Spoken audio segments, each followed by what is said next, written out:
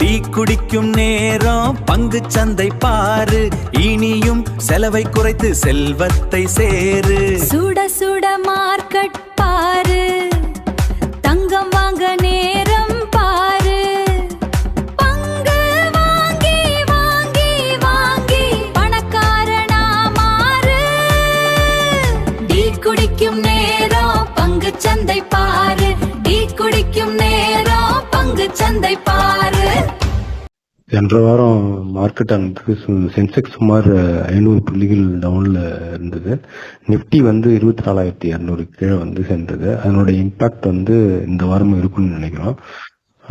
முக்கிய காரணமா அதுக்கு அமெரிக்கா மற்றும் ஈரானுடைய போர் பதற்றம் மற்றும் குரூடாயில் விலை உயர்வு தான் இது காரணமா இருந்தது, டவுனுக்கு காரணமா இருந்தது.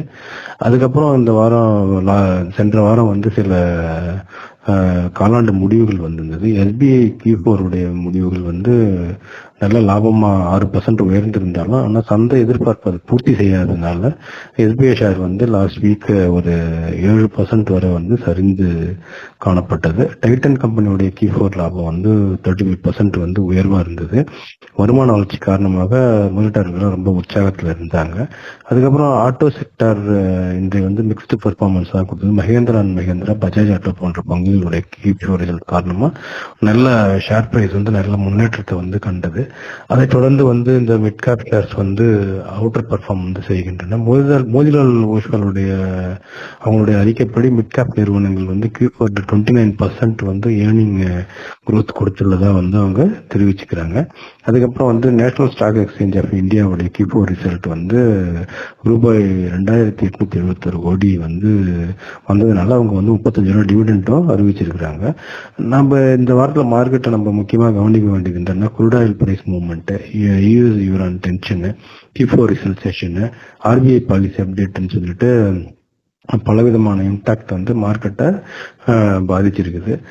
நம்ம இன்னைக்கு அதிக கவனத்துல கொண்டுள்ள ஷேர் அப்படின்னு பார்த்தோம்னா எஸ்பிஐ, டைட்டன், பிஎஸ்சி, உண்டாய், டாடா கன்சியூமர், பேடிஎம், ஆர்ஐஎல் போன்ற நிறுவனங்கள் அதிகமான ஒரு கவனத்தை பெற்றிருந்தன. சுருக்கமா சில Q4 ரிசல்ட்டை பார்ப்போம். எஸ்பிஐ Q4 லாபம் நல்ல லாபமா இருந்தது, ஆனா ஷேர் கொஞ்சம் down. Titan Q4 result strong, share up. பிஎஸ்சி நல்ல ப்ராஃபிட் மற்றும் டிவிடெண்டை அறிவிச்சிருக்காங்க. ஹுண்டாய் Q4 ரிசல்ட் ரொம்ப ஸ்டேபிளா இருக்குது.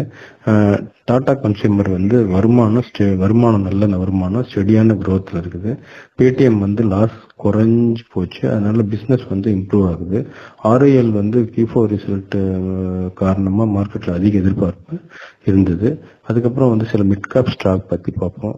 கோஃபர்க் இன்று 10% அப்ல இருந்தது. ஒர்க்கார்டு சுமார் 8% மேல அப்ல லாஸ்ட் வீக்கா இருந்தது. ஃபர்ஸ்ட் சோர்ஸ் சொல்யூஷன்ஸ் ஒரு 16% அப்பு. நியூமா வெல்த் 11% அப்பு.